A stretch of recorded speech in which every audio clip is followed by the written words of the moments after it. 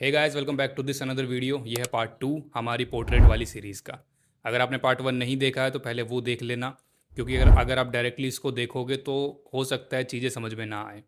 क्योंकि इस वीडियो के अंदर मैं आगे से स्टार्ट करूँगा जो भी पिछली वीडियो में हमने ख़त्म किया होगा। अब सवाल आता है, ढूंढे कैसे? सिंपल है, नीचे डिस्क्रिप्शन में मैंने एक प्लेलिस्ट बना दी है, उस पर क्लिक करना, स्टेप बाय स्टेप सारी वीडियोज़ आपको मिल जाएगी। अब इस सीरीज़ के अंदर होगा क्या? बेसिकली इस सीरीज़ के अंदर मैं जो डेमोन्स्ट्रेशन देने वाला हूँ वो रियल टाइम रहेगा। एक एक चीज़ स्टेप बाय स्टेप आपको सीखने को मिलेगी। दोस्तों, अगर आपको लगता है कि इतना लंबा मैं नहीं देख पाऊँगा, मुझे फटाफट कुछ चाहिए, तो ऑलरेडी मैंने इन सब पार्ट को कंबाइन करके भी एक वीडियो बना रखी है यूट्यूब पे। ऊपर आई बटन में लिंक है, एज वेल एज डिस्क्रिप्शन में भी मैंने लिंक लगाया है, वहाँ से जाके देख लेना। एक बार में पूरी प्रोसेस आपको समझ में आ जाएगी। बट वहाँ पे चीज़ें स्किप की गई हैं, पूरा रियल टाइम नहीं मिलेगा आपको। पहले मैंने थोड़ा सा लूमिस मेथड बताया, फिर आइज नोज, फिर शेडिंग, डायरेक्टली इस तरीके से मिलेगा। बट अगर आप सीरियस हो, बहुत अच्छे से पोर्ट्रेट को सीखना चाहते हो step by step from zero, तो ये सीरीज़ आपके लिए है। पूरा अच्छे से देखना। लंबी तो है ये सीरीज़, लेकिन आपको हर एक चीज़ क्लियरली सिखा देगी। दोस्तों, अगर आपको ये वीडियो पसंद आती है तो वीडियो को लाइक ज़रूर कर देना, इससे मुझे मोटिवेशन मिलता है। एज वेल एज़ कमेंट करके बताना कि आपको आगे क्या सीखना है एंड इस वीडियो का कौन सा पार्ट आपको सबसे अच्छा लगा। मेरा नाम है साहिल सिंगमार एंड इस चैनल पे आर्ट एजुकेशन से रिलेटेड बहुत सारी वीडियोस आपको देखने को मिलेगी। मैं पिछले 6 सालों से एज एन आर्टिस्ट काम कर रहा हूँ एंड 3 से भी ज़्यादा साल मुझे हो गए हैं एज एन आर्ट टीचिंग करते हुए।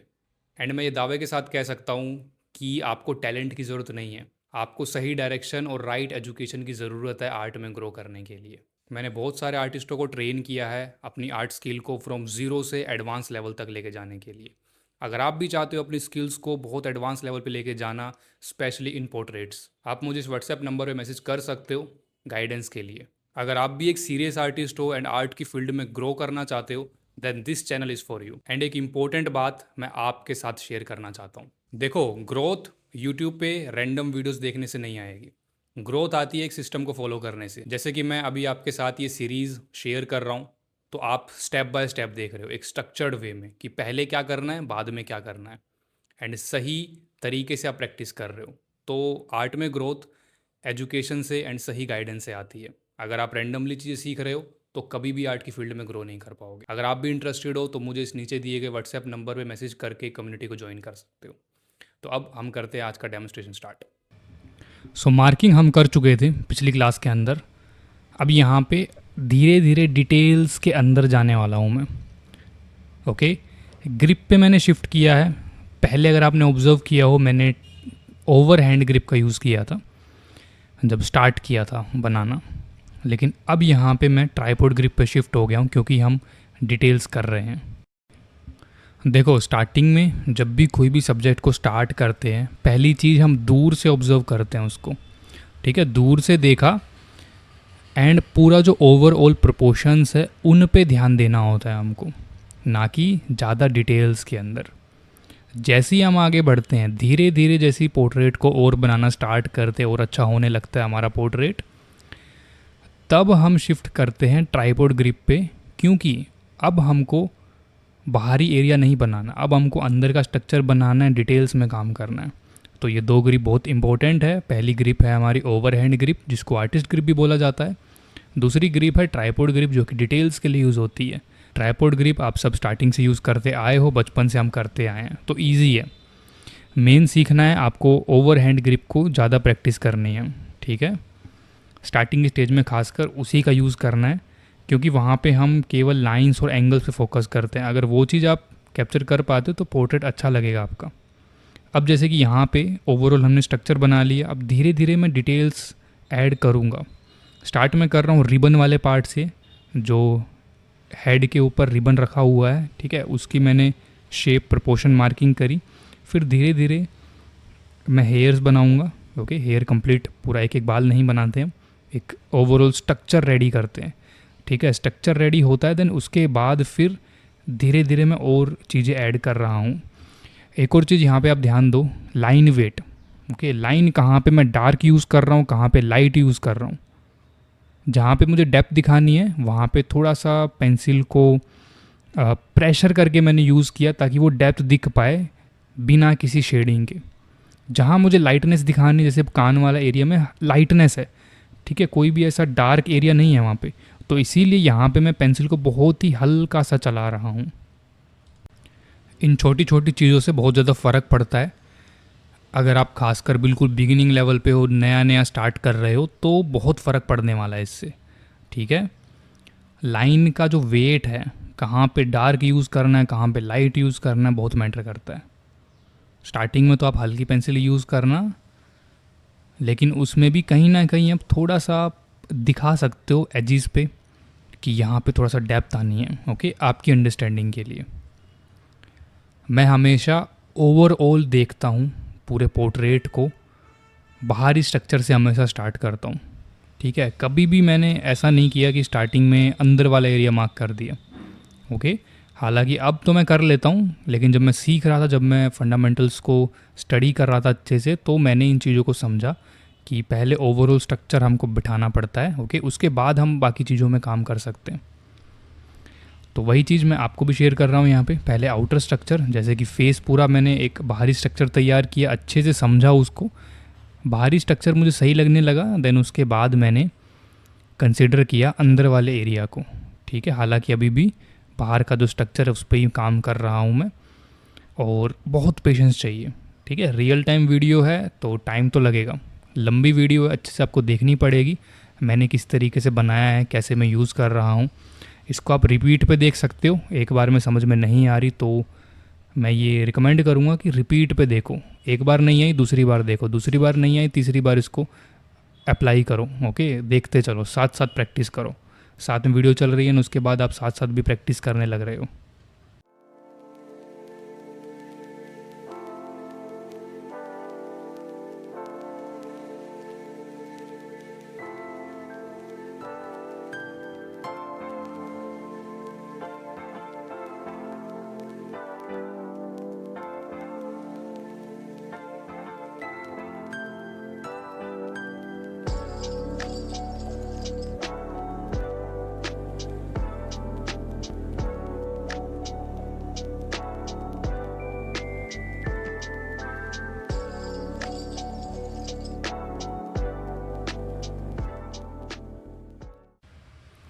आईज़ के स्ट्रक्चर पे अब हम काम कर रहे हैं। पहले मैं कंसीडर करूँगा आईब्रोज़ को। ठीक है, आईब्रोज़ को भी मैं सिंप्लीफाई कर रहा हूँ, जैसे कि आप देख पा रहे हो। स्ट्रेट लाइनें मैंने डिवाइड किया, एज वेल एज मैं मार्किंग पे ज़्यादा ध्यान दे रहा हूँ। इन दोनों आईब्रो के बीच का गैप कितना है, ओके, हेयर लाइन और आईब्रोज़ के बीच का गैप कितना है, ये सारी चीज़ें मैं चेक कर रहा हूँ कुछ भी डिटेल ऐड करने से पहले। ओके, फेस के ऊपर ये लाइट एंड शेडो का एरिया डिवाइड हो रहा है। ये जो लाइन बना रहा हूँ इसको हम टर्मिनेटर लाइन बोलते हैं। Terminator line light and shadow को डिवाइड करती है। ठीक है, ये लाइन भी बना देते हैं जिससे कि फेस में और भी ज़्यादा डेप्थ आती है, वॉल्यूम हम लेके आ पाते हैं। ओके, और फेस के स्ट्रक्चर को एज अ रैंडम शेप समझने में हमको बहुत ज़्यादा हेल्प होती है। तो टर्मिनेटर लाइन को भी आप कंसिडर ज़रूर करना, मैं भी साथ साथ बनाता रहता हूँ, क्योंकि इससे हमको डेप्थ का पता लगता है, कहाँ पे लाइट और शेडो चेंज हो रही है। ठीक है, नोज़ के लिए पहले मार्किंग किया मैंने। अब मैं जब भी रुक रहा हूँ, जब भी आपको फील हो रहा है कि कुछ नहीं हो रहा वर्क, तब मैं दूर जाता हूँ। ठीक है, दूर जा रहा हूँ, चेक कर रहा हूँ, मुझे मिस्टेक ज़रूर दिखती है, मैं नीडेबल इरेजर से उसको ठीक करता हूँ। ओके, दूर जाके ठीक करना बहुत इंपॉर्टेंट है, बार बार रुकना, ये नहीं कि लगातार अब करते ही जा रहे हो करते ही जा रहे हो, नहीं। आईब्रो बनाई, नोज़ की मार्किंग करी, अब पहले इनको करेक्ट करूँगा मैं, पहले ये चीज़ ठीक होंगी, देन ओनली जो आईज़ है और नोज़ की जो डिटेलिंग है वो मैं ऐड कर सकता हूँ बाद में। जैसे कि अब यहाँ पे देखो, पहले मैंने स्टार्ट किया मार्किंग से, डिस्टेंस चेक किया, पॉइंट्स लगाए मैंने कि ये आँख का पहला पॉइंट यहाँ आएगा और दूसरे वाला यहाँ आएगा। ठीक है, इन दोनों के बीच का गैप इतना होगा और दूसरे वाला पॉइंट यहाँ आएगा। उनके एंगल्स को भी देखना है, क्योंकि फेस थोड़ा टिल्टेड है, तो जितने फेशियल फीचर्स हैं वो भी थोड़े टिल्टेड ही दिखेंगे हमको। ठीक है, ये भी आपको ध्यान रखना है। यहाँ पे ये देखिए, यहाँ पे ये मार्किंग कर दिया मैंने, थोड़ी सी मार्किंग को स्लाइटली चेंज किया है मैंने, क्योंकि पहले वाली मार्किंग थोड़ी सी अलग फील हो रही थी मुझे। और नोज़ के लिए भी एक स्ट्रेट लाइन बना दी जिससे कि एंगल हमारा डिफाइन हो गया। हेयर लाइन को भी थोड़ा हल्का कर देता हूँ क्योंकि वहाँ पे ज़्यादा क्लैरिटी नहीं है, ठीक है, ब्लरनेस है, तो वहाँ पे मैंने हल्का किया। साथ साथ देखो, ज़रूरी नहीं है कि आप आइज़ पे काम कर रहे हो तो बाकी फेस का जो ओवरऑल एरिया वो भूल जाओगे। दूर से देख रहे हैं तो ओवरऑल चीज़ें दिखती रहती हैं। तो जो मुझे समझ में आता है कि यहाँ पे थोड़ी प्रॉब्लम है तो बार बार मैं किसी और एरिया को भी ठीक कर लेता हूँ। ठीक है, दोबारा से टर्मिनेटर लाइन बना रहे हैं आइज़ के नीचे वाले एरिया में। आई होप आपको भी दिख पा रही होगी। ठीक है, ईजी है, ज़्यादा प्रॉब्लम नहीं है यहाँ पे, बहुत ईजीली आप फाइंड आउट कर लोगे। जस्ट आपको लाइट एंड शेडो को देखना है, लाइट कहाँ पे और शेडो कहाँ पे, उन दोनों के बीच में एक शेप बन रही होगी, बस वही शेप होती है टर्मिनेटर लाइन। ओके, उस शेप को मैंने यहाँ पे निकाला। बाद में जब हम शेड करेंगे, जब वैल्यूज़ ऐड करेंगे, तब भी ये जो टर्मिनेटर लाइन है तब बहुत ज़्यादा काम आने वाली है ये। ओके, अभी तो हो सकता है फेस थोड़ा सा ख़राब लगे आपको, अजीब सा लगे, लेकिन ये बहुत ज़्यादा काम आने वाली है।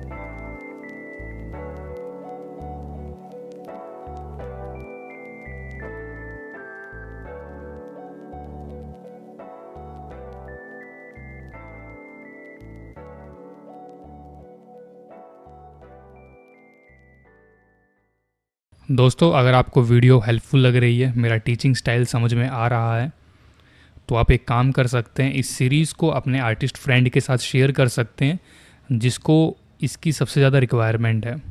आपको जस्ट शेयर करना है, इससे मेरी हेल्प हो जाएगी मैक्सिमम लोगों तक इस सीरीज़ को पहुंचाने के लिए। तो फाइनली अब हम यहाँ पे स्टार्ट कर रहे हैं आइज़ वाला एरिया। जो आइज़ का स्ट्रक्चर है उस पर हम काम कर रहे हैं। स्टार्टिंग किया मैंने वही मार्किंग से, ठीक है, मार्किंग किया दोनों आइज़ के लिए, दोनों आइज़ को मैं साथ में मार्क कर रहा हूँ ताकि कोई भी कन्फ्यूज़न ना हो। दोनों आइज़ का साइज़ एकदम बराबर रहे, एंगल एकदम बराबर रहे। ओके, जो भी चीज़ हम ऐड कर रहे हैं वो सारी चीज़ एकदम बराबर रहनी चाहिए, इसलिए मैं साथ साथ बना रहा हूँ और स्ट्रेट लाइन में कर रहा हूँ दोनों को डिवाइड। ठीक है, सबसे इम्पोर्टेंट चीज़ तो है स्ट्रेट लाइंस, स्ट्रेट लाइन में आपको रखनी है।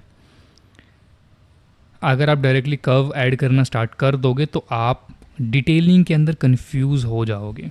ठीक है, इसीलिए मैं आपको रिकमेंड कर रहा हूँ कि आप कोई भी चीज़ बना रहे हैं, चाहे आई स्टार्ट कर रहे हैं, नोज़ कर रहे हैं, लिप्स करेंगे, सो हम उसको स्ट्रेट लाइन में डिवाइड करते हैं। ठीक है, स्ट्रेट लाइन में डिवाइड करना मैंडेटरी है, तभी आपको समझ में आएगा कि सिंप्लीफाई कैसे किया जाता है चीज़ों को। तो अब देखो मैं धीरे धीरे स्ट्रेट लाइन से कर्व की तरफ जा रहा हूँ। ठीक है, जितनी स्ट्रेट लाइन थी उनको अब कर्व में कन्वर्ट करता जा रहा हूँ। देखो प्रोसेस बहुत स्लो है, बहुत धीरे धीरे सोच समझ के मार्किंग करनी पड़ती है, कुछ भी गलतियाँ निकलें तो उसको ठीक भी करना पड़ता है। जैसे कि अब यहाँ पे ये वाली दूसरी आँख थोड़ी बड़ी लग रही थी मुझे, तो मैंने एक हल्का मार्क किया क्योंकि थोड़ी छोटी होनी चाहिए थी, तो मार्क करके अब मैं इसको ठीक करूँगा। और साथ साथ हमेशा ये देखते रहना, एंड तक प्रोसेस चलती है करेक्ट करने की। ठीक है, नीडेबल इरेजर अपने साथ में ही रखनी है, उसको करेक्ट करते हुए चलना है। जब एंगल सही मिल जाता है उसके बाद दोबारा से मार्किंग करूँगा मैं, दोबारा से स्ट्रेट लाइन में ही मार्क कर रहा हूँ। ठीक है, ये भी चीज़ इम्पोर्टेंट है, ये सारे वही स्टेप्स है जो आपको करने चाहिए, इसलिए मैं दिखा रहा हूँ। अदरवाइज़ करने को मैं कर्व में डायरेक्टली बना सकता था, सब कुछ डायरेक्टली दिखा सकता था आपको, लेकिन यहाँ पे आपको हेल्प नहीं होगी उस तरीके से। जो इम्पोर्टेंट चीज़ है वो है सिंप्लीफाई करना, स्टेप बाय स्टेप चलना, प्रोसेस को समझना। एंड रिज़ल्ट अच्छा आ जाएगा, ऑटोमेटिकली आप कर पाओगे सही से अगर आप इन सब चीज़ों को यूज़ करते हो तो। अभी आप प्रोसेस को एंजॉय करो, किस तरीके से मैं स्टेप बाय स्टेप चीज़ों को तोड़ रहा हूँ एंड फिर बना रहा हूँ। नोज़ वाले पार्ट को भी देखो ध्यान से, यहाँ पे मेन चीज़ आपकी ऑब्जर्वेशन है, कितना अच्छा आप ऑब्जर्व कर रहे हो, कितना अच्छे से आप देख रहे हो। ओके, देखना भी अपने आप में एक आर्ट है, यहाँ पे पेशेंस चाहिए आपको, सिर्फ बनाते टाइम पेशेंस नहीं, देखते टाइम भी आपको एक पेशेंस की रिक्वायरमेंट होगी। तो अभी आप जस्ट ऑब्ज़र्व करो कितना स्लो मैं काम कर रहा हूँ, किस तरीके से मार्किंग कर रहा हूँ, क्या शेप को मैं किस तरीके से तोड़ रहा हूँ, वो सब चीज़ें आपको ऑब्ज़र्व करनी है। यहाँ पे नाक वाला जो पार्ट है उसको मैंने पहले भी ट्राई किया, पर लेकिन मेरे से नहीं बन पाया। अब यहाँ पे एक इम्पॉर्टेंट लेसन मैं आपके साथ शेयर करना चाहता हूँ। देखो, आपको किसी भी चीज़ को बनाने में कुछ भी डिफ़िकल्टी आती है, लेट सपोज़ आपको फेस के अंदर लिप्स बनाने में डिफ़िकल्टी आ रही है, तो ऑब्वियस सी बात है कि लिप्स आपसे एक बार में नहीं बनेगा। ओके, उसको आपको मल्टीपल टाइम ट्राई करना पड़ेगा। वैसा ही इस इमेज के अंदर मुझे नाक के अंदर थोड़ी डिफ़िकल्टी फेस हो रही है, मुझे इसका प्रोपोर्शन, इसका शेप समझ में नहीं आ रहा। तो एक बार पहले ट्राई किया, समझ में नहीं आया, मैंने अदर चीज़ें ड्रॉ करी। ठीक है, नाक को छोड़ के मैंने आँख पे ध्यान दिया, हेयर पे ध्यान दिया, चिन पे ध्यान दिया, वो सारी चीज़ें मैंने करी। देन दोबारा से मैंने नाक को स्टार्ट किया एंड अब थोड़ा सा बेटर लग रहा है। ओके, ये चीज़ आपको भी करनी है। जब भी आपको कुछ डिफ़िकल्ट लगे तो उस पर अटक नहीं जाना है। लिप्स नहीं बन रहा, 1 घंटे से लिप्स ही बनाए जा रहे हो, वो चीज़ नहीं करनी है। ओके, लिप्स नहीं बन रहा, एक बार ट्राई किया, नहीं बना, कोई बात नहीं, अब कुछ और चीज़ ट्राई करो उसी ड्राइंग के अंदर। ठीक है, लिप्स बना रहे थे, लिप्स नहीं बना, आँखों को ट्राई करो, आँख बनाओ, पहले अच्छी आँख बन जाती है, हेयर बन जाते हैं, बाकी चीज़ें बन जाती है, फिर दोबारा से ट्राई करो लिप्स को, घूम फिर के आना है हमको। अब यहाँ पे नाक मैंने बनाया, उसके बाद मैं आँखों को ट्राई कर रहा हूँ। ओके, मेन चीज़ ये नहीं होती कि डिटेल्स कितनी कर पा रहे हो आप, कितना सुंदर आप निकाल दे रहे हो, नहीं। जब आप लर्निंग फेज़ में जब सीख रहे हो चीज़ को, तो सबसे इम्पोर्टेंट है कि आप प्रोसेस को फॉलो करो। ओके, किस तरीके से प्रोसेस वर्क करती है, कैसे प्रोपोर्शन को करेक्ट किया जाता है और कैसे ड्राइंग को इम्प्रूव किया जाता है, वो एक सबसे इम्पोर्टेंट चीज़ होनी चाहिए आपके लिए। ओके, ड्राइंग अच्छी नहीं कर पा रहे हो, ड्राइंग किए बिना ही डिटेल से भाग रहे हो, तो कभी भी एक अच्छा पोर्ट्रेट या फिर अच्छा आर्टवर्क नहीं निकाल पाओगे आप।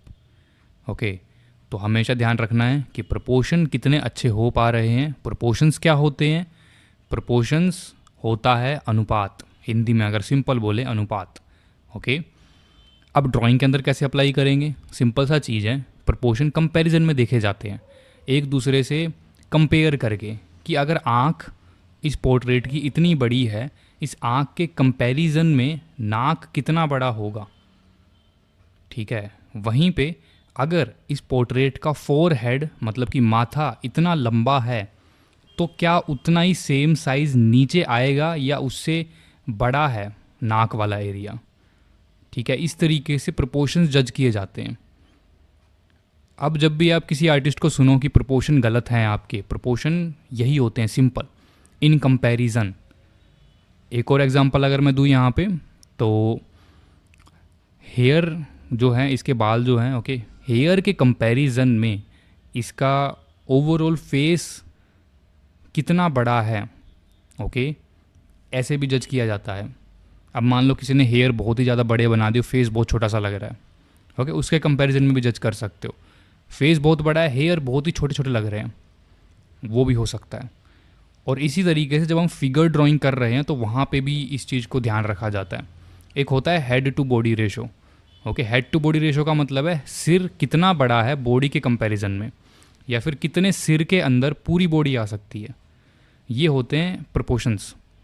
और जब फिगर बना रहे हैं इस तरीके से जज किया जाता है। अब यहाँ पे फेस ड्रॉ कर रहे हैं तो फेस को ही, फेस के अंदर की चीज़ों को ही हम as a proportion, as a base unit ले सकते हैं कंपेयर करने के लिए।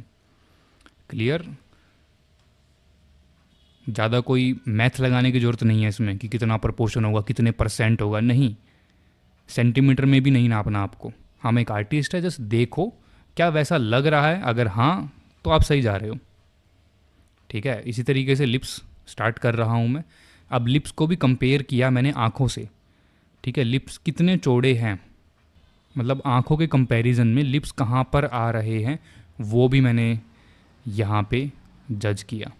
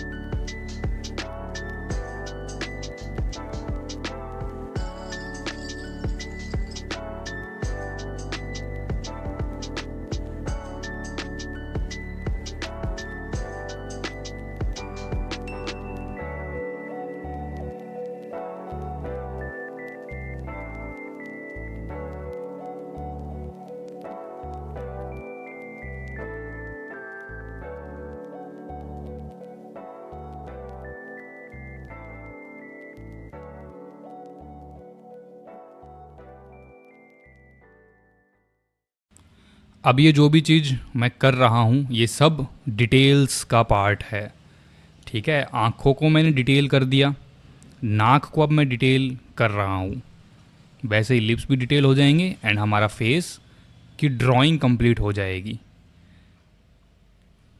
दोबारा से समझो इस चीज़ को, स्टेप बाय स्टेप समझो। पहले हमने सिंप्लीफाई किया लूमिज मेथड से, उसके बाद हमने पूरे फेस को और सिंप्लीफाई किया स्ट्रेट लाइंस में, उसके बाद हर एक छोटे से छोटे पार्ट को सिंप्लीफाई किया स्ट्रेट लाइंस में, देन उसके बाद कर्व्स ऐड किए एंड कर्व ऐड करने के साथ साथ ऑब्जर्व भी कर रहे थे अपनी गलतियां एंड उसी के साथ साथ हमने फाइनल जो पार्ट है उसके अंदर डिटेल्स ऐड करी, ठीक है।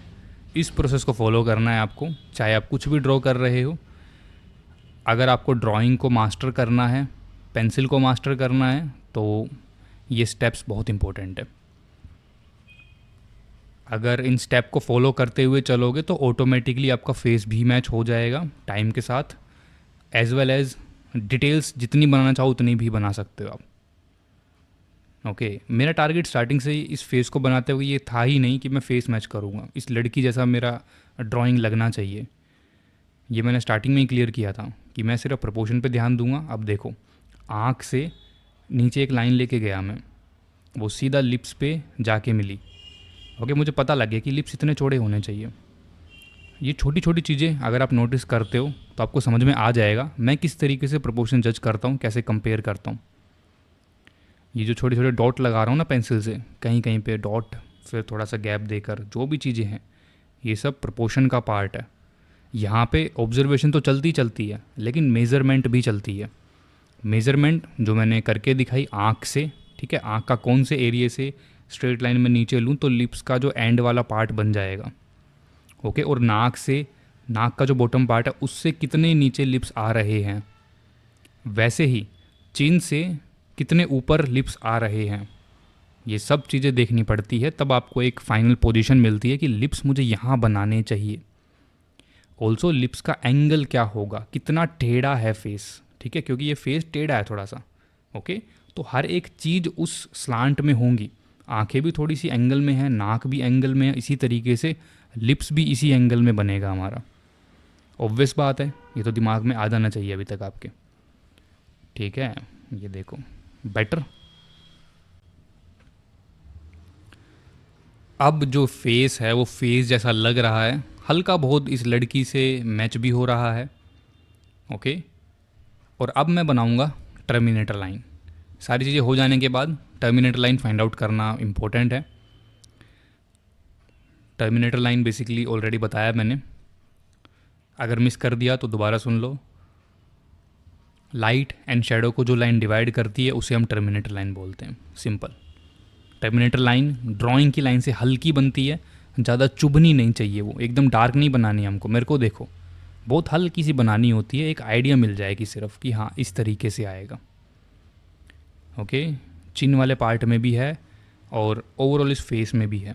इस फेस में 3/4 लाइटिंग का यूज़ किया गया है, मतलब कि फोम लाइटिंग। ओके, 45 डिग्री का एंगल पे लाइट रखी गई है, इस तरीके से एक सॉफ्ट शेडो बनती है यहाँ पे, और टर्मिनेटर लाइन बहुत क्लियर दिखाई देती है। इस लाइटिंग का जनरली आर्टिस्ट यूज़ करते हैं प्रैक्टिस के लिए, एंड मैं यही रिकमेंड करूँगा आप भी कोई ऑनलाइन पोर्ट्रेट अगर निकालते हो तो इस लाइटिंग का यूज़ करना। ये जो लाइटिंग का कॉन्सेप्ट है, complete concept already master the pencil training के अंदर कवर किया गया है। इस पूरे कॉन्सेप्ट को जानने के लिए मास्टर द पेंसिल ट्रेनिंग आप ज्वाइन कर सकते हो।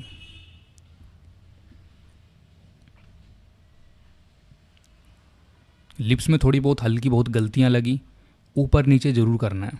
ओके, मिस्टेक्स दिख रही है तुरंत उसको चेंज करो, क्योंकि यही स्टेज है गलतियां ठीक करने की। यहाँ पे जितनी गलती ठीक करोगे मतलब आपकी ड्राइंग उतनी ज़्यादा परफेक्ट की तरफ जाएगी, ठीक है। जितनी कम गलतियां आपको दिखेगी इसका मतलब आप ड्राइंग बिगाड़ रहे हो, अपने ड्राइंग इंप्रूव हो ही नहीं रही आपकी। जितनी ज़्यादा गलतियां दिखेगी, जितना ज़्यादा इंप्रूव होगा, ऑटोमेटिकली आपकी ड्राइंग भी उतनी इंप्रूव होगी।